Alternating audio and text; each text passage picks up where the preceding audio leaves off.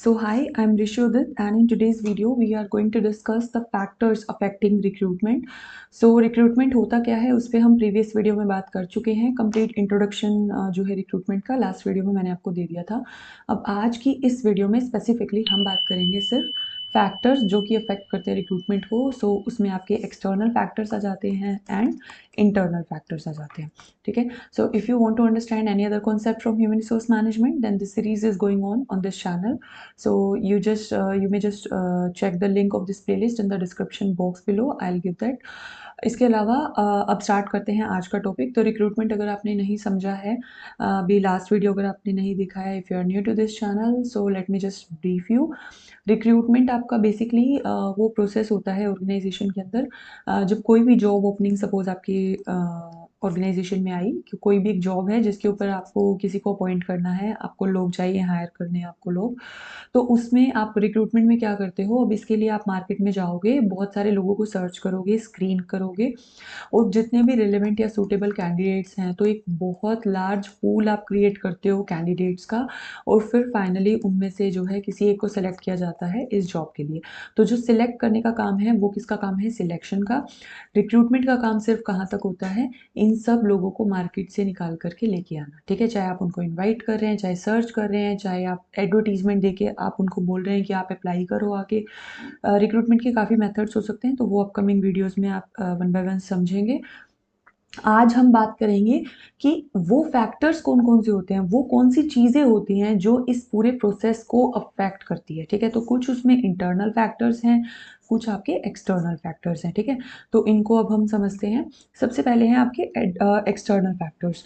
तो external factors में पहला आता है सप्लाई और डिमांड. एक्सटर्नल का मतलब है जो ऑर्गेनाइजेशन से एक्सटर्नल है, ऑर्गेनाइजेशन के बाहर के फैक्टर्स हैं. ठीक है. जो ऑर्गेनाइजेशन के कंट्रोल में नहीं है. तो फर्स्ट उसमें आ जाता है सप्लाई और डिमांड. सप्लाई और डिमांड क्या है कि मार्केट के अंदर कितना ज़्यादा लोगों की सप्लाई है, मतलब कितने ज़्यादा लोग अवेलेबल हैं जिनमें से आप हायर कर सकते हो, और डिमांड कितनी ज़्यादा है. ठीक है. अब जैसे सपोज डेटा एनालिस्ट है, डेटा एनालिस्ट की कोई जॉब है, तो जैसा कि आप सबको पता है कि जो डेटा एनालिसिस का काम है ना, वो आजकल मतलब लास्ट 3 to 4 years और 5 to 6 years I would say, उसमें डेटा एनालिसिस का बहुत ज़्यादा ट्रेंड आ गया है. ठीक है. हर जॉब में, हर रिसर्च में, हर फील्ड में आपका डेटा एनालिसिस का काम जो है चाहिए होता है.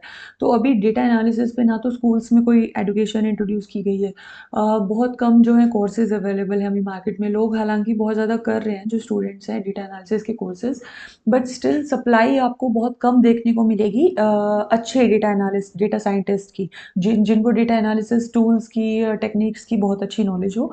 तो ऐसे में आपकी जब सप्लाई जो है वो बहुत कम होती है ना, और डिमांड जो है वो बहुत ज़्यादा होती है, तो इसमें रिक्रूटमेंट जो है वो बहुत डिफ़िकल्ट हो जाता है. उसमें आपको एक्स्ट्रा एफर्ट्स नीडेड होते हैं, है ना. रिक्रूटमेंट आपको कुछ इस टाइप से एडवर्टीजमेंट्स बनाने पड़ेंगे, या बहुत अच्छे ल्यूक्रेटिव बेनिफिट्स या ऑफर्स, पैकेजेस उनको देने पड़ेंगे, तभी वो आपके ऑर्गेनाइजेशन में आएंगे. तो ये सब काम किसका होता है? रिक्रूटमेंट का. तो ये सप्लाई एंड डिमांड का जो फैक्टर है वो काफ़ी हद तक रिक्रूटमेंट को अफेक्ट करता है. Next is unemployment rate. तो अब मार्केट में अनएम्प्लॉयमेंट रेट कितनी है ये भी अफेक्ट करेगा आपके रिक्रूटमेंट को. मार्केट में अगर अनएम्प्लॉयमेंट बहुत ज़्यादा है तो होगा क्या? आपने जैसे ही एडवर्टीजमेंट रिलीज़ किया, आपने जैसे ही मार्केट में बताया कि हमारे पास ये जॉब ओपनिंग है, हमें लोगों की ज़रूरत है, तुरंत आपके पास बहुत सारी एप्लीकेशंस आ जाएंगी, क्योंकि लोग खाली बैठे हैं, उनको जॉब चाहिए. तो वो हो सकता है कि बहुत हाई स्किल्ड लोग भी, हाई क्वालिटी के कैंडिडेट्स भी आपकी बहुत अंडर क्वालिफाइड जॉब्स के लिए अप्लाई करना स्टार्ट कर दें, क्योंकि they need the jobs, they need money to उनका घर चलाने के लिए, तो उनको पैसा चाहिए, वो तुरंत आने को तैयार हो जाते हैं. Next is labour market. अब लेबर मार्केट कंडीशंस भी रिक्रूटमेंट को अफेक्ट करती हैं अनडाउटेडली. लेबर मार्केट की कंडीशंस जैसे कि क्या क्या वहाँ नॉर्म्स चल रहे हैं आजकल, कितने लोग अवेलेबल हैं. जैसे अगर आप किसी मिडिल लेवल मैनेजमेंट की, सुपरवाइजरी, इन सब पोस्ट के लिए रिक्रूट कर रहे हैं, तो उसमें चांसेस हैं कि आप रीजनल लेबर मार्केट और जो लोकल लेबर मार्केट है उन सबको जाके उनकी कंडीशंस को स्टडी करोगे. बट अगर आप एग्जीक्यूटिव पोजीशंस के लिए या मैनेजरियल पोजीशंस के लिए लोगों को हायर कर रहे हैं, तो you have to study the regional markets as well, and the international markets as well, national markets as well. तो ये सब लेबर मार्केट की कंडीशंस जो हैं वो सब भी आपको अफेक्ट करेंगी while recruiting the पीपल।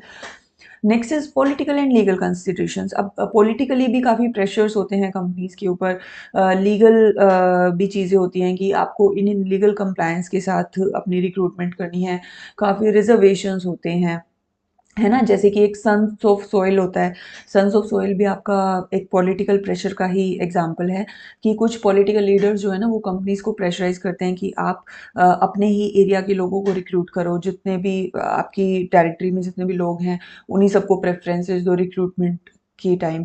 ठीक है, तो ये पॉलिटिकल कंसिडरेशन का एग्जांपल है। ऐसे ही सोशल और इकोनॉमिक फैक्टर्स भी होते हैं, जैसे कि सोशली सपोज कोई बैकवर्ड सेक्शन है सोसाइटी का, तो उसको आपको सपोर्ट करना है कि आप फीमेल्स को ज़्यादा प्रेफरेंस दो रिक्रूटमेंट में, या आप कुछ जो लेस एडवांटेजेस सेक्शंस हैं, आपके पुअर पीपल हैं या कुछ ओबीसीज हैं, एससी एसटीज़ हैं, तो इस टाइप की डिफरेंट डिफरेंट रिजर्वेशंस जो हैं वो एग्जिस्ट करती हैं। इकोनॉमिक फैक्टर्स भी हो सकते हैं, जैसे इन्फ्लेशन चल रहा है मार्केट के अंदर या रिसेशन चल रहा है, ये जितने भी इकोनॉमिक पॉलिसीज या फैक्टर्स होंगे, इकोनॉमिक कंडीशंस होंगी आपकी इकोनॉमी के अंदर, नेशनैलिटी के अंदर, तो वो सब फैक्टर्स जो हैं अफेक्ट करते हैं आपकी रिक्रूटमेंट को कि क्या कॉम्पोजिशन होना चाहिए आपकी वर्कफोर्स का, आपने फीमेल्स उसमें कितने लेने, मेल्स कितने लेने, ये सारी चीज़ें रिक्रूटर को ध्यान रखनी पड़ती हैं वाइल रिक्रूटिंग। एक लास्ट आ जाता है आपका image and goodwill of the organization. अब ये भी बहुत बड़ा फैक्टर है कि मार्केट में आपकी ही ऑर्गेनाइजेशन की क्या गुडविल है, क्या इमेज है ना। अगर सपोज आपकी बहुत अच्छी इमेज है, जैसे कुछ कंपनीज है, टाटा की जितनी भी कंपनीज है, टाटा ग्रुप की एक बहुत अच्छी इमेज मार्केट के अंदर है, तो सबको लगता है कि हाँ अगर वहाँ पे आपको जॉब मिल जाएगा तो your life will be better.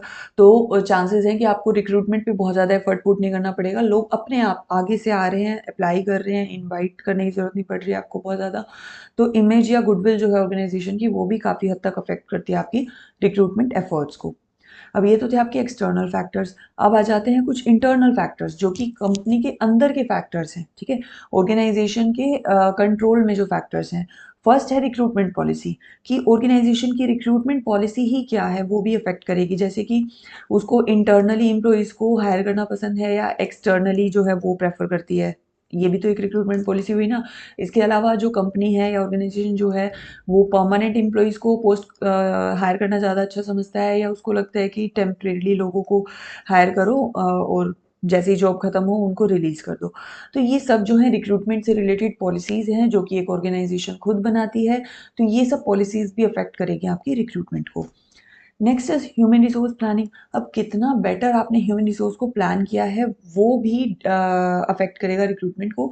जितना अच्छा आप प्लान करके रखोगे, जितना अच्छा आप पूरा ह्यूमन रिसोर्स कितना आपको चाहिए है, कैसे कैसे आपको उसको अवेल करना है, क्या मेथड्स और टेक्निक्स रहेंगे, ये सब चीज़ें अगर आप वेल प्लान कर लोगे ना ह्यूमन रिसोर्स प्लानिंग के टाइम ही एचआरपी में, तो रिक्रूटमेंट में अब आपको बहुत कम एफर्ट पुट करने की ज़रूरत पड़ती है, क्योंकि सब चीज़ें रेडी मिलती है, आपको सिर्फ मार्केट में निकलना है और लोगों को ढूंढना है। ठीक है, प्लान बहुत ज़्यादा फिर आपको रिक्रूटमेंट में नहीं करना पड़ता।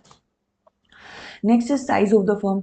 तो यूजुअली ऐसा देखने को मिलता है कि जो लार्ज साइज्ड फर्म्स हैं ना, जितने भी बड़े फर्म्स हैं आपके, उनके लिए रिक्रूटमेंट कंपैरेटिवली इजी है from the smaller sized firms. जितने भी छोटे फर्म्स हैं आपके, उनके लिए रिक्रूटमेंट इवन ज़्यादा प्रॉब्लमेटिक रहता है, क्योंकि उनके पास ना उतना एक्सपर्टीज नहीं होता एक तो। ठीक है, ऐसा तो है नहीं कि वो पूरी 10 लोगों की रिक्रूटमेंट टीम बिठा देंगे अपने ऑर्गेनाइजेशन के अंदर, 100 लोग तो उनके टोटल ही हैं, उसमें से एक बंदा उसने रिक्रूटमेंट का रखा, तो अब वो 100 लोगों को हायर करने के लिए Naukri.com ले रहे हैं, तो वो भी बहुत महंगा पड़ रहा है। तो वो बहुत ज़्यादा मेथड्स पे, टेक्निक्स पे, सॉफ्टवेयर्स पे भी पैसा नहीं लगा सकते हैं, उनको बहुत ज़्यादा नॉलेज भी नहीं है, एक्सपर्टीज़ भी नहीं है, तो इसलिए अगर जितना ज़्यादा छोटा साइज़ होगा आपके फॉर्म का, उतना ही रिक्रूटमेंट जो है वो और ज़्यादा डिफ़िकल्ट हो जाता है। Next is cost of recruitment. तो अब रिक्रूटमेंट की कॉस्ट जो है ना वो भी एक बहुत बड़ा फैक्टर है।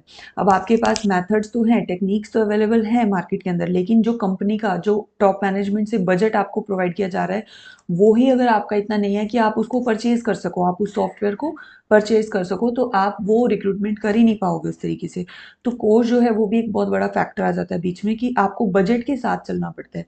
जितना कॉस्ट आप अफोर्ड कर सकते हो, जितना आपको कंपनी पैसा दे रही है, एक रिक्रूटर को उसी पैसे में, उसी बजट में रह के रिक्रूटमेंट्स को करना पड़ता है।